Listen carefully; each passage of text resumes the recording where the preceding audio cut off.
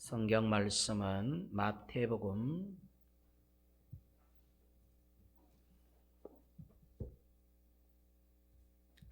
28장입니다.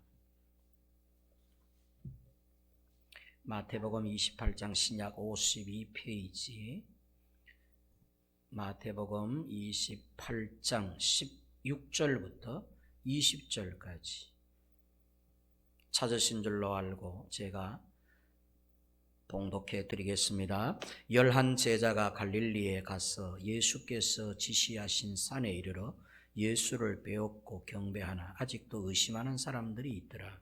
예수께서 나와 말씀하여 이르시되 하늘과 땅의 모든 권세를 내게 주셨으니 그러므로 너희는 가서 모든 민족을 제자로 삼아 아버지와 아들과 성령의 이름으로 세례를 베풀고 내가 너희에게 분부한 모든 것을 가르쳐 지키게 하라.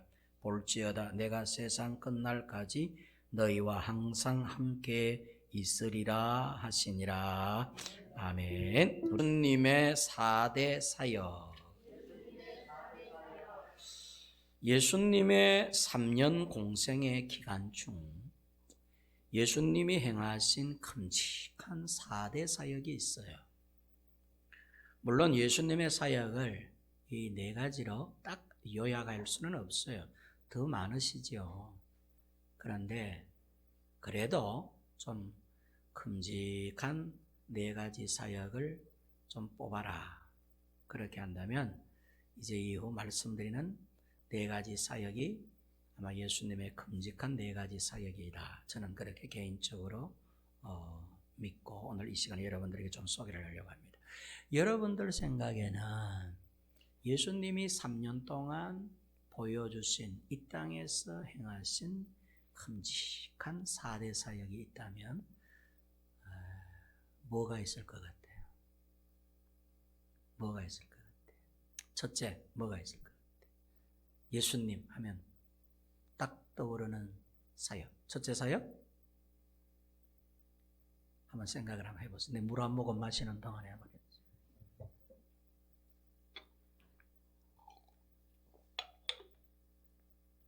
어떤 사역이 있죠? 첫째 사역. 여러분들의 생각하는 게 맞아요. 이야기해봐요. 첫째, 무슨 사역? 순서와는 관계없어. 그냥 이야기해봐요. 유 집사님 이야기해봐요. 한 집사. 무슨 사역? 치료의 사역. 예, 치료의 사역 좋아요. 치료의 사역. 또요? 오늘 우리 정호식 주사님 이제 또 사업이 조금 여유가 있어 오늘 예배에 참석을 하셨는데, 예. 우리 저 뒤에는 우리 영빈이 할머니, 할아버지 맞으시나요? 맞죠? 동생. 그렇구나. 아이고 반갑습니다. 박수 한번 하겠습니다. 잘 오셨습니다. 우리 최윤서 집사님, 남편을 대신해서 이야기. 무슨 사역? 딱 떠오르는 게 무슨 사역? 십자가 사역. 그죠? 십자가 사역. 치유 사역도 맞아요. 그거 좀 더 말씀을 드릴게요. 순서적으로 이야기하라 하면 첫째는 천국 속의 사역이에요. 무슨 사역? 천국 속에서. 예수님은 천국을 알려주러 이 땅에 오셨어요. 천국을 우리에게 가르쳐 주려고 오셨어요. 천국 사역. 천국 속에서요. 구약 성경에는 39권으로 기록되어 있는 구약 성경에는 천국이란 말이 나오지 않습니다. 하나님의 나라 플러스 하나님의 나라, 천국, 하늘 천자, 나라 국자 플러스 하나님의 나라라고 하는 말도 나오지 않습니다. 구약에는 천국이란 말은 없어요.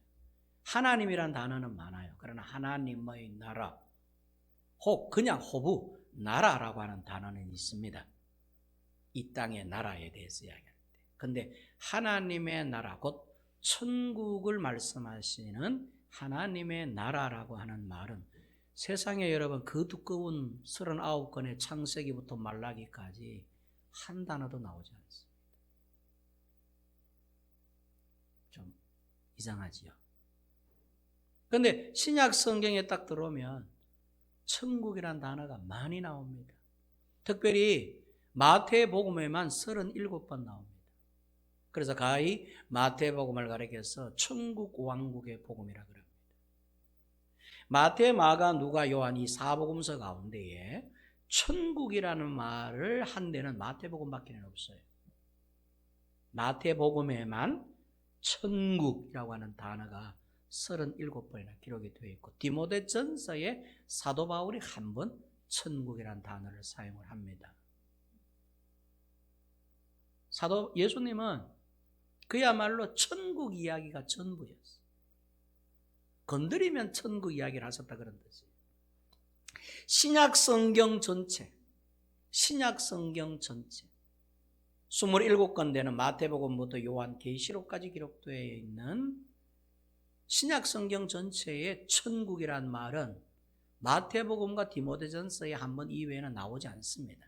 다만 마가복음, 누가복음, 요한복음 이하 나머지 모든 신약 성경에서는 하나님의 나라라고 하는 말은 60번이나 기록이 되어 있습니다. 자, 이거 중요한 거예요. 천국이라고 하는 한자를 기록을 안 해서 그렇지 바실레이아, 천국이라는 단어가 헬라어로 바실레이아거든요. 이 천국을 풀어서 하나님의 나라, 하나님의 통치하심이라고 하는 이 하나님의 나라라고 하는 말은 마가복음에도 누가복음에도 요한복음에도 사도행전에도 이후 신약성경 모든 성경에 다 나오는데 60번이나 나온다 이 말이에요. 60. 그래서 도합 천국의 단어와 똑같은 뜻의 단어가 몇 번 나오느냐 할 때 98번 나옵니다. 약 100번 가까이의 신약성경에만 천국에 대해서 이야기 나옵니다. 제자들은 사도들은 예수님이 말씀하신 천국이라고 하는 단어를 하나님의 나라라고 하는 풀어서 이렇게 기록을 했지만 예수님의 입술에서 예수님의 언어로 말씀하신 천국은 38번이나 기록이 되어 있습니다. 그러니까 신약 성경이 딱 열리면서 천국 이야기가 이제 본격적으로 이 세상 이 인류에게 소개가 됐다 그랬어요. 그래서 예수님의 설교의 첫 마디가 뭐냐? 입을 딱 떼시면서 공생애의 첫 설교 제목, 첫 설교 마디, 첫 말씀이 회개하라, 천국이 가까웠느니라 그거였어요. 그 이후부터 전부 천국 이야기야. 천국 이야기. 마태복음 5장, 6장, 7장 산상수훈 전부 천국이야. 천국은 심령이 가난한 자는 천국이 저희것이고 애통하는 자는 천국이 저희것이고 그지요? 의에 줄이고 목마른 자는 네가 또 천국이 저희것이고 전부 천국. 마태복음 13장 천국 비유장 씨 뿌리는 비유, 가라지 비유 전부 천국. 천국은 이와 같으니 천국은 이와 같으니 천국은 이와 같으니 천국은 이와 같으니. 우리는 천국을 경험해보지 못했거든. 생소하죠. 예수님은 천국에 살다 오셨거든. 예수님의 본 나라가 천국이시거든. 예수님의 나라는 이 땅의 나라가 아니에요. 예수님의 나라는 하늘나라예요. 천국 하늘나라예요.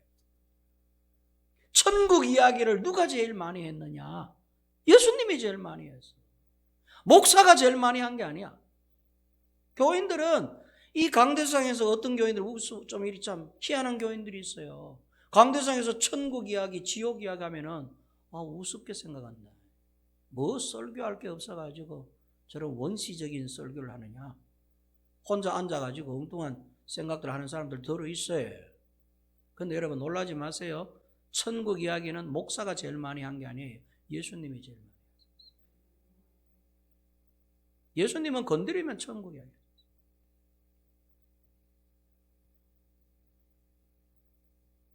조금 전에 우리 안세찬 집사님이 병 고치는 것, 치유라고 치료 말씀하셨는데 치유의 의도가 뭔 줄 아세요?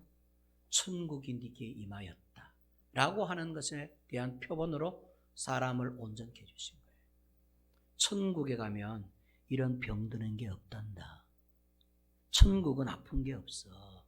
천국은 안경 끼는 게 없어. 천국은 늙어서 한쪽 눈 없는 거 없어. 천국은 이빨 다 빠진 거 없어. 하나님이 기억하는 너희에 대한 최상의 모습이 천국에 있어. 기억해야 돼. 천국 가면 나의 모습은 어떤 모습일까? 90에 죽으면 90의 모습이고 15살에 죽으면 15살의 모습일까? 아니에요. 천국 가면 우리의 모습은 하나님이 우리를 기억하는 최상급의 모습이라는 걸 기억해야 돼요.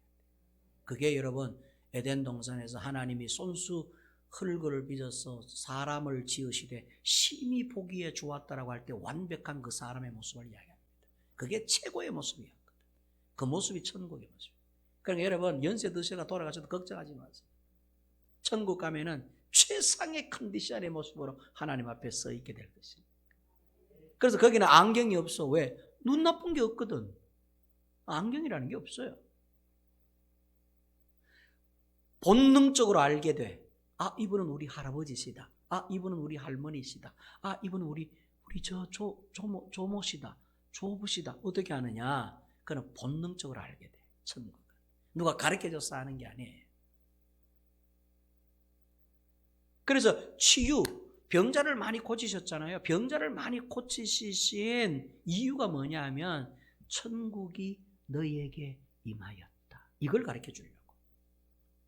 아이고 천국이 내게 왔다는 걸 내가 어떻게 알 수 있습니까? 그래? 너 몸을 깨끗하게 해볼게. 눈봉사. 날 때부터 소경된 자가 눈이 정상이 되어버리네.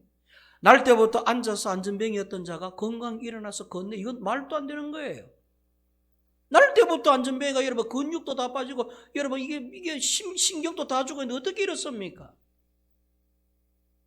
의사가 아무리 유능한 의사가 좋은 병원에서 치료받아도 그게 단번에 그렇게 안 돼요. 근데 보세요. 예수님이 손을 대시고 예수님이 말씀하시면 완벽한 모습이 되는 거예요. 근데 모든 사람을 그렇게 안 해줘. 그거는 천국에 가서야 이루어질 일들이기 때문에 여기서 표본으로 보여주는 거예요. 진짜로 망가진 사람, 진짜로 무너진 사람을 얼마나 아름답고 가장 좋은 모습으로 보여주시는지 그게 치유라는 거예요. 그래서 안전병에도 일으켜져가지고 문둥병에 걸려가지고 여러분 막 저주의 병에 걸려가 막 이래 고통받는 사람 깨끗하게 어린아이 살같이 흰살이 돋게 해주셔서 깨끗하게 해주시는 거. 왜? 야, 천국에 가면 이렇게 돼. 여기는 천국이 아니야. 그래서 허물어지고 피부병도 생기고 안전병도 생기는 거지. 왜? 죄 때문에. 죄 때문에 어쩔 수 없어. 이 세상은 죄 때문에 너희 몸들이 어두워지게 돼 있어. 그러나 천국은 어두움은 없다. 밝은 빛, 영원한 빛이신 하나님만 계시기 때문에 그곳에서는 문둥병이라든지 안전병이라든지 앞 못 보는 이런 거 없어. 온전한 모습이다. 이거 하나님의 나라, 천국이 저 하늘나라의 천국이 너희에게 임하면 이렇게 된다라고 하는 것을 교훈하시기 위해서 예수님이 보여주신 게 그게 치유예요. 치료의 목적은 거기에 있었어요. 천국의 임함. 사역 자체도 천국을 이 땅에 보여주시는 사역이었습니다. 한편 강도 예수님이 돌아가실 때 마지막 숨을 거두시면서 내뱉은 말 한마디가 오른편에 있는 우편에 있는 한 강도에게 네가 오늘 나와 함께 어디에 있을 것이다? 낙원 곧 천국에 있게 될 것이다. 보세요. 예수님 마지막 숨을 접으실 때도 무슨 이야기하다 돌아가셨느냐? 천국 이야기하다 가셨어요. 예수께서 온 갈릴리에 두루다니사 그들의 회당에서 가르치시는데 천국 복음을 전파하시며 백성 중에 모든 병과 모든 약한 것들을 고치시니 마태복음에 기록되어 있습니다. 4장 23절. 예수님께서 회당에 가셔서 말씀만 하셨다 하면 성경만 배웠다 하면 무슨 이야기를 하셨느냐? 주제는 천국.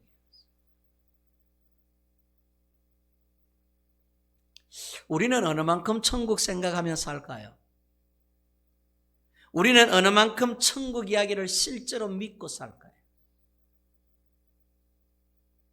우리의 관심은 천국에 어느 만큼 그 퍼센트가 있을까요? 예수님은 어떤 관심이 천국, 왜? 이 땅이 전부인 줄 알고 막 이렇게 찌질이 사는, 이 땅에서 이렇게 핍절하게 사는 이 불쌍한 인생들에게, 야, 여기가 전부가 아니다. 여기는 80년, 90년 되면 끝나는 한시적 세상이지만 내가 사는 나라, 내가 갈 나라, 너희들과 함께 있게 될 그 나라는 영원히 사는 나라야. 그 나라가 있단다. 이거 가르쳐 주러 오셨어요. 아멘. 어머니 뱃속에 아이들 둘이가 10달 동안 어머니 뱃속에 있어요. 10달 후에는 세상으로 나와요. 이 아이들이 대화를 하는데, 야, 너 들었니? 뭐? 야, 저 바깥에 가면 희한한 세상이 있대. 어떤 세상? 뭐 차도 막 돌아다니고 있지. 막 롯데월드 뭐 이런 게 있어가지고 막 물에서 실내에서 막 이거 막 뭐 이 배도 막 타고 있지. 막 이런 게 있단다? 말도 안 되는 소리 하고. 야, 이 세상이 전부야. 뭐가 있냐? 네가 눈을 뜨고 한번 봐라. 그 태중에 있는 아이가, 한 아이는 복음을 들은 한 아이가 복음을 듣지 못한 아이에게 소개를 그렇게 해요. 저 세상에 가면 있지. 온 세상은 푸르르고 뭐 하늘에 새들도 날아다닌대. 땅에는 희한한 짐승들이, 싸나운 짐승, 착한 짐승들이 막 돌아다닌대. 에? 그러니까 이 복음을 듣지 못한 자가, 야, 착각하지 마라. 이 세상뿐이야. 믿지 마. 10달 후에 한계가 됐어. 그 세상에서 머무를 기간은 10개월이 제한입니다. 어머니 뱃속에서 싹 세상에 나와봤더니 진짜로 이 세상에 기가 막힌 세상이 보여져. 이 세상은 어머니 자궁과 같아요. 80이라고 하는 90개월이 90년이 되면 우리는 또 한 세상으로 나가게 될 거예요. 그런데 이 세상에서 복음을 듣지 못한 자들은, 야, 천국 그런 게 어디에 있어? 웃기지 말해 이래. 근데 천국의 주인이신 예수님이, 아니야, 내가 사는 다음의 나라는 영원히 사는 나라, 그것은 너무나 아름다운 나라란다. 이렇게 천국 소개를 하고 계시는 거죠. 그게 여러분 오늘 마태복음이에요.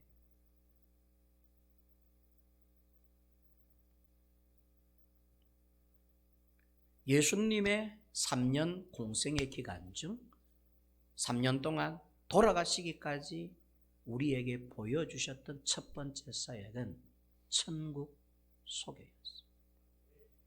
천국을 믿으시는 우리 모두 되시기를 주의 이름으로 축원합니다. 두 번째 사역이 십자가 사역입니다. 아까 말씀드린 것처럼 예수님은 십자가에 죽으시기 위해 이 땅에 오셨어요. 예수님의 탄생 목적, 십자가에서 죽으시기 위함이었어요. 그게 목적이었어요. 십자가에서 안 죽으면 안 돼요. 예수님은 돌아가셔야 돼요. 우리는 왜 예수님 날 위해 십자가에서 죽으셨어요? 그러지 마시지요. 큰일 날 소리예요. 예수님 저를 위해서 어쩔 수 없이 십자가에서 돌아가셔야 돼. 그래야 돼요. 예수님 십자가에서 안 돌아가시면 큰일 나요. 저와 여러분들이 몰매 맞아야 되고 채찍 맞아야 되고, 하나님이 얼마나 화가 나셨는지 아세요? 우리에게 하나님이 팔을 걷으시더니 그 튼튼하고 건강하게 생긴 밥샵 같이, 여러분, 그 격투기 선수 같은 로마 군병 하나를 딱 불러오더니 채찍을 손에다가 딱 쥐어주고 말이죠. 하나님께서 그 손을 잡으시고 저와 여러분들을 패시는데 살점이 다 뜯겨 나가시도록 두들겨 패십니다. 예수님 엎어놓고 그 안에 우리들을 집어넣고 한 사람 한 사람씩 두들겨 패시는데 여러분들의 등짝이 살점이 뜯겨 나가시고 무려 3시간, 4시간, 5시간 동안 매질을 당하셨어요. 그냥 회초리로 맞은 게 아닙니다. 살점이 뜯겨 나가는 쇠붙이를 끄트머리에 달아가지고 말이나 짐승에게나 내리칠 채찍을 예수님의 몸뚱아리에다가 내리쳐요. 우리 패션 오브 크라이스트 영화에서 보셨지? 그거 여러분 예수님이 맞은 줄 아세요? 이 인류를 향한 하나님의 분을 거기서 푸신 거예요. 감히 나를 등지고 죄와 친구가 돼? 선을 버리고 죄를 친구로 사나? 아름다운 것을 버리고 추하고 더러운 것과 손을 잡아. 그래갖고는 하나님께서 로마 군병의 손을 빌려가지고 저와 여러분들을 예수 안에 집어넣고 엎어놓은 다음에 등짝이 찢기도록 여러분 매질하시. 그거 여러분 우리 당해야 돼요. 예수님 그렇게 안 맞으셨습니다. 예수님 녹슨 세게의 못으로 십자가에 못 박으실 때 거기에 여러분 예수님이 박히셔서 그랬지, 실제로는 저와 여러분 이 인류 이 인생들이 다 거기에 끌려가서 하나님이 그렇게 못 박아 버리고 싶다는 것을 암시적으로 표현하신 것이 예수 십자가에 못 박혔습니다. 우리는 예수님 십자가에 못 박혔다 이러니까 예수님이 와 뭔 일을 당하셔가지고 저렇게 큰 죄를 지으셔가지고 저 고생을 하시는, 여러분 그렇게 보면 안 돼요. 예수님은 아무런 죄도 없으신 분이에요. 누구 때문에? 저와 여러분들 때문에 말이죠. 하나님이 누구를 못 박은 줄 아세요? 저와 여러분들을 십자가에 못 박아 죽인 거예요. 우리의 죄를 말이죠. 하나님의 마음을 돌이킬 수 없는 그 죄덩어리인 우리들의 그 옛 모습을 못 박아 버리신 것이죠. 예수님은, 그래서 보세요. 예수님은 그 십자가에 올라가시기까지 욕도 드셨지요. 침뱉음을 당했지요. 뺨을 두들겨 맞으셨지요. 돌팔매질을 당하셨지요. 온갖 누명을 뒤집어 쓰셨지요. 수모와 비난을 겪으셨지요. 도살장에 끌려가는 양들처럼 질질질질 그 어깨 위에 십자가 무거운 나무 짊어지시고 여러분 끌고 가셨어요. 언제 여러분 우리 청년들은 더 커서 여러분들도 이 코로나가 끝나면은 한번 성지순례를 한번 가보십시오. 예수님의 십자가의 출발 지점부터 십자가 못 박히신 저 십자가의 언덕까지가 거리가 얼마나 먼지. 그 먼 거리가 지금은요 저 온 길로 따듬어 가지고 관광객들이 불편함이 없이 다니도록 해놨지요. 2000년 전에는요 그거 전부 돌짝밭이었어요. 삐쭉삐쭉한 흉측한 돌들이 여러분 흙먼지가 질퍽한 곳이었는데 그것을 맨발을 벗겨가지고 신발을 벗긴 다음에 무거운 십자가 80kg, 90kg가 넘는 십자가를 어깨에 짊어지고 그 먼 거리를, 그것도 언덕바지를 채찍에 맞아가면서 기어 올라갔다고 상상을 해보면 눈물이 저절로 나옵니다. 야, 이거는 사람이 짊어지고 갈 수는 없다, 이런 생각이 들어요. 무슨 마차에나 십자가 짊어지가 걸어가도 힘들 그런 거리를, 이 마을에서부터 십자가 골고다의 언덕까지 여러분 한번 가보십시오. 그 거리가 가까운 거리. 관광객들에게 예수님의 몇 번 넘어진 장소 다 표시하고 벽을 짚은 장소 다 표시하고 십자가를 접어놓은 그런 관광 경험도 하게 합니다. 가보면 다 울어요. 거기 오시는 분 안 오는 분들이 없어요. 7, 80% 되는 십자가를 직접 짊어지어보는 경험을 하게 합니다. 예수님이 몇 번이나 넘어지셨는지. 그 길이 지금은 뭐 상점으로 돼가지고 가게가 들어서가지고 장사하는 뭐 관광객 물건이라 파는 곳으로 되어 있었죠. 그게 2000년 전에는 예수님의 그게 바로 여러분 골고다의 길이었습니다. 돌로로스라고 십자가의 길이었어요. 그거 여러분 우리 때문에 그렇게 되죠. 실제로는 우리가 그 길을 걸어가야 돼요. 저와 여러분들이 그 길 걷도록 하나님이 하시려는데 예수님이 막았었거든. 저들을 그렇게 하지 마시고 제가 대신 저들의 희생양이 될 테니까 저에게 화를 내십시오. 이게 여러분 예수님이죠. 그래서 예수님은 당신 스스로가 하나님과 동등한 권위와 권세와 영광을 스스로 버리셨다 그랬어요. 마땅히 영광과 찬송과 영광을 받으셔야 되는데 모든 하늘나라의 그런 권세와 영광을 스스로 버리시고 비천함에 처하셨다고 성경 빌립보서는 기록하고 있죠. 예수님의 큰 사역 가운데 두 번째 사역은 십자가 사역이었어요. 결국 예수님은 그 사역을 완수하셨어요. 십자가 위에서 마지막 숨을 거두실 때 다 이루었다 하시고 돌아가셨죠. 세 번째 사역은 우리가 잘 아는 부활 사역입니다. 부활하시기 위해서 이 땅에 오셨어요. 이 땅에서 부활을 보여주시려고 3일 동안 땅에 계시다가 3일 후에 다시 살아나심으로 영원히 산다는 새로운 모습을 우리에게 보여주셨어요. 부활의 증거. 그래서 저와 여러분들은 이제 십자가가 끝이 아니고 무덤 속이 끝이 아니라 이제는 부활이 우리의 이제 마무리, 부활이 우리에게 선물로 주어지게 되는 것이죠.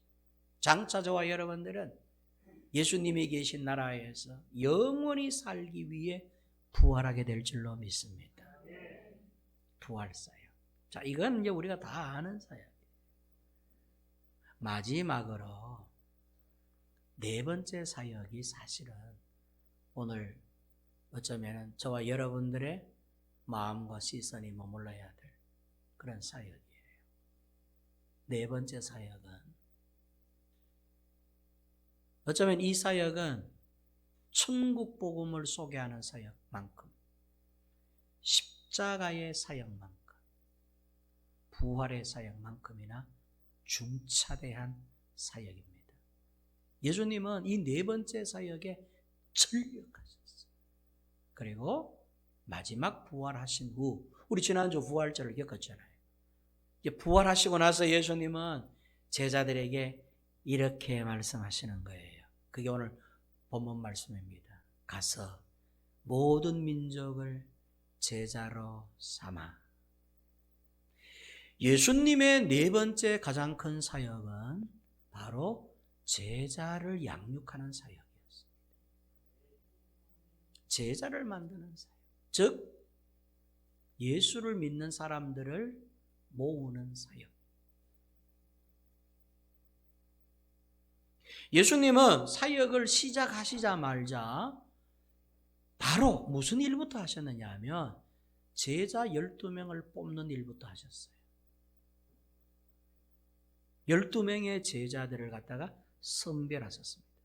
그리고는 이들을 데리고 3년 동안 예수님 곁에 꼭 붙어 다닐 수 있도록 하신 후 24시간 3년 동안을 이들을 데리고 다니셨어요. 그리고 다 보여주셨어요. 설교도 사실은 가장 잘 듣는 위치에 있었던 사람들이 제자들이었어요.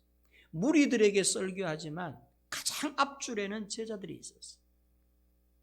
무리들은 때로 거리가 멀어서 설교 마디마디 다 하나 한 단어 한 단어씩 놓칠 수도 있었지만은 제자들은 그렇지 않았어요. 가장 가까운 곳에 그걸 기록해 놓을 만큼 상세하게 들었어요. 예수님은 의도적으로 천국 복음을 가장 잘 들을 수 있도록 12명 제자 선별하여 제일 앞줄에 놓고 사실은 그들에게 하는 설교가 무리들에게 들리게 하셨어요. 예수님은 기회만 되면 12명을 따로 불러 모아가지고 어느 나무 그늘 밑에 어느 하여튼 시원한 그늘 밑에 가서서는 또 질문과 대답을 이어가셨어요. 예수님은 12 제자들이 확연히 눈으로 확인하고 간증하고 체험할 수 있도록 수많은 병자들과 이적들을 그들의 눈앞에서 보여주셨어요. 3년 동안 말이죠. 갈고 닦으셨어요. 그러나 끝은 별로 안 좋았어요. 마지막 3년째 그들은 예수님의 배신자가 되었어요. 다 뿔뿔이 주님을 등지고 제각기 고향으로 돌아가 버렸죠. 제자 사역은 예수님의 사역 가운데 실패한 사역처럼 보였습니다.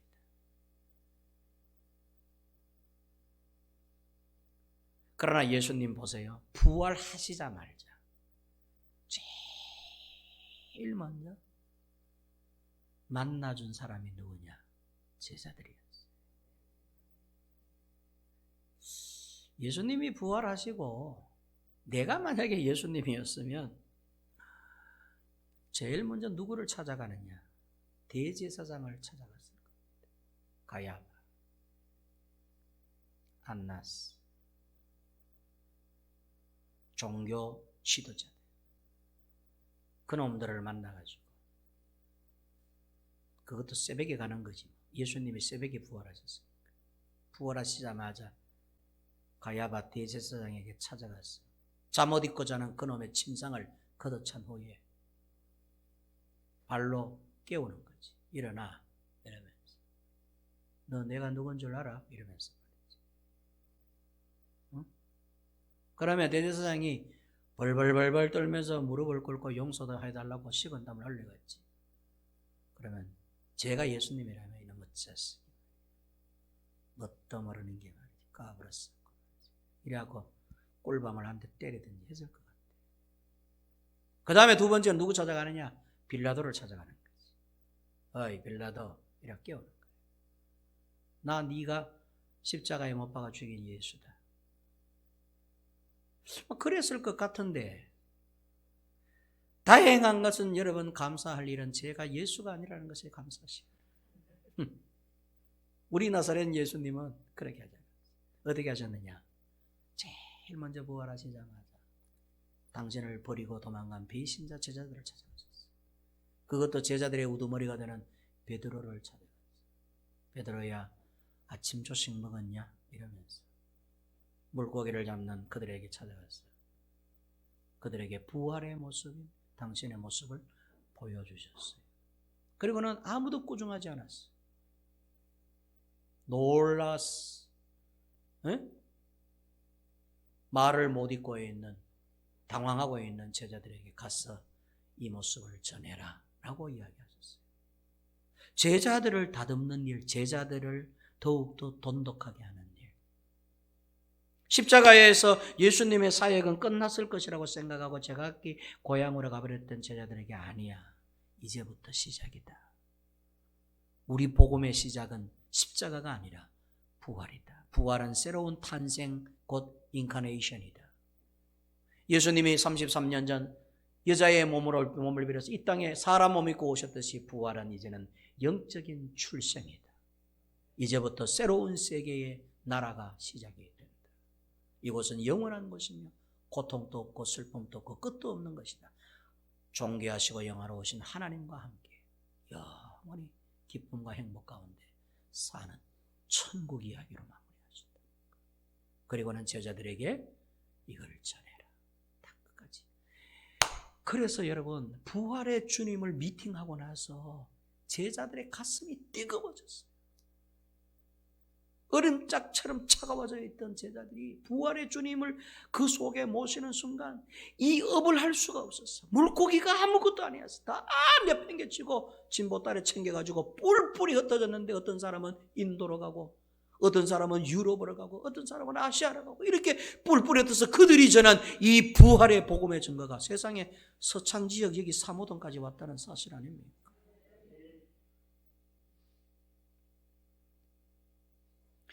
예수님이 심려를 기울여서 공을 들인 한 사역 가운데 하나가 바로 제자 양육이었어요. 왜 예수님은 이 제자 양육에 전략하셨느냐? 이유는 간단해요. 예수님이 하실 일을 이제 대신 해야 되기 때문에. 예수님이 전 세계를 다니면서 서창도 다녀가셔야 되고 다녀가셔야 되는데 이걸 제자들에게 맡기신 거예요. 너희들이 가서 나의 증인, 내 말을 전하고 내가 너희들에게 3년 동안 말했지? 그거 다 전해. 내가 3년 동안 너희들에게 보여줬지? 그거 다 행해. 내 이름으로 병자를 고치고 어두운 권세 귀신을 쫓아내라. 내가 그거 보여줬잖냐? 너희들에게 그 권세를 주었다. 가라. 그래서 오늘 본문 말씀에 예수께서 나와 말씀하여 이르시되 하늘과 땅의 모든 권세를 내게 주셨으니 내가 하늘의 권세, 땅의 권세를 갖고 이걸 너희들에게 제공해 주겠다. 너희들에게 이걸 누리도록 해주겠다. 그리고는 그러므로 너희는 가서 모든 민족을 제자로 삼아 아버지와 아들과 성령의 이름으로 세례를 베풀고 내가 너희에게 분부한 너희에게 말했던 모든 것을 가르쳐 지키게 하라. 내가 세상 끝이 나도 너희와 함께 하겠다. 성도 여러분, 예수님의 마지막 어쩌면 네 번째 가장 큰 사역은 예수 믿는 사역, 전도하는 사역, 제자가 되는 사역. 부활하는 것보다도 십자가를 지시는 것보다도 천국을 설교하시는 것보다도 어쩌면 예수님의 저 가슴 한켠에 이 문제는 해결해야 되는데 이 사역은 완수해야 되는데 라고 하는 무거운 짐이 되셨던 하나의 가장 큰 사역이 바로 이 제자 양육 사역이라 할 수 있습니다. 저와 여러분들이 예수님의 제자가 될 수 있기를 주의 이름으로 축원합니다. 제자라고 하면 여러분 오해하는 경우들이 있는데 꼭 목사가 돼야 되느냐 그런 게 아니에요. 목사도 제자지만 여러분들도 제자예요. 제자란 스승님의 이야기를 하는 것이 제자예요. 제자는 예수님을 감추지 말고 누구를 만나든지 간에 어떤 친구를 만나든지 간에 기회만 되면 무슨 이야기로 꽃피울 수 있어야 되느냐면 우리의 스승 되시고 우리의 구원자 되시는 예수님을 이야기할 수 있으면 이게 다 제자예요. 저는 이 마이크를 갖고 예수님을 소개하는 제자라면 여러분은 생입으로 생말로 여러분 삶이 흩어져서 예수의 제자로서 여러분 세상에 뭐 가치 있는 이야기들 있습니까?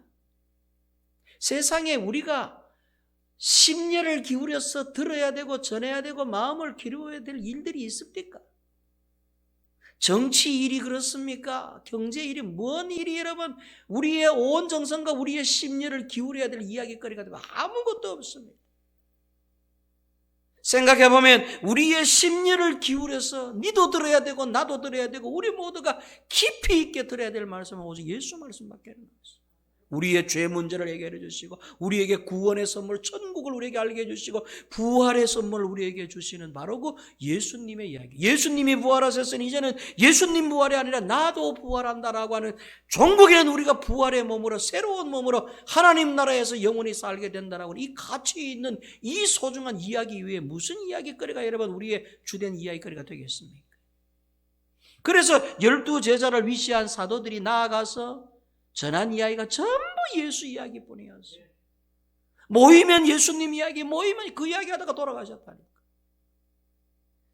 만나서 사람들을 만나서 기회를 엿보는 거야. 무슨 기회를 어떻게 하면 이 사람에게도 예수 이야기를 할 수 있을까 기회를 엿보는 거야. 그러다가 건수만 잡히면 그 이야기를 접촉점으로 해가지고 무슨 이야기로 그들에게 들리게 해야 되느냐면 예수 이야기, 부활의 주 예수 이야기.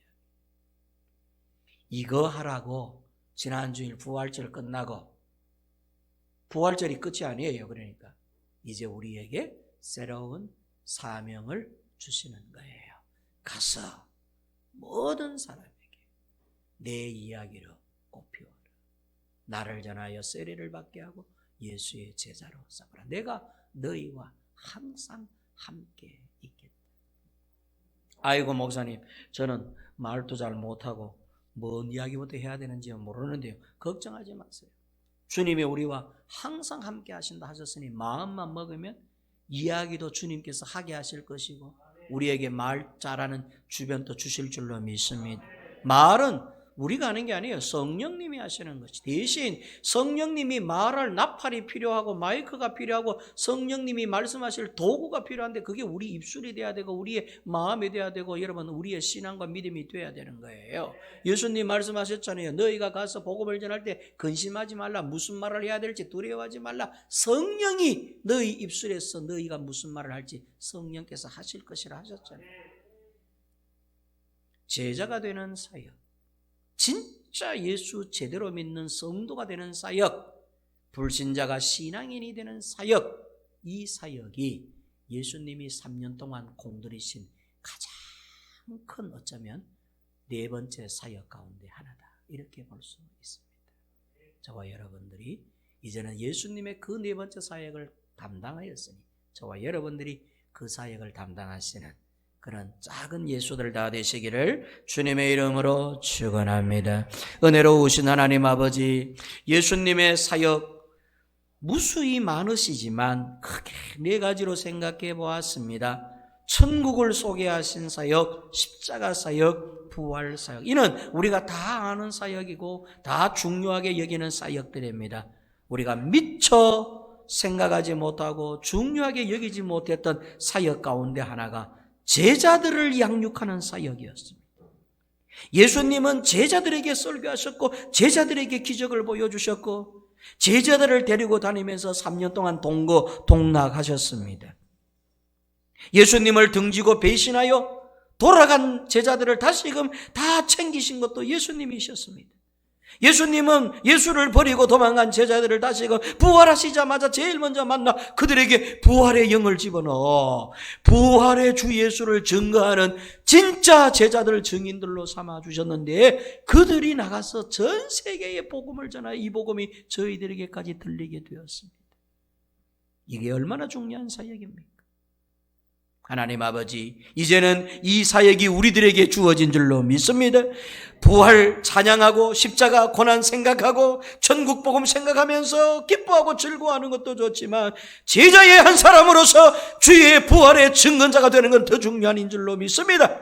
우리가 만나는 일, 우리가 만나는 장소, 어떤 시간대에 누구를 만나든지 주의 예수 복음을 전할 수 있는 저희 모두가 되게 하여 주시옵시고 작은 제자가 되어서 하나님의 나라를 우리를 통하여 또한 확산되어 갈 수 있도록 저희들을 하나님의 거룩한 제자도구로 삼아 주시옵소서.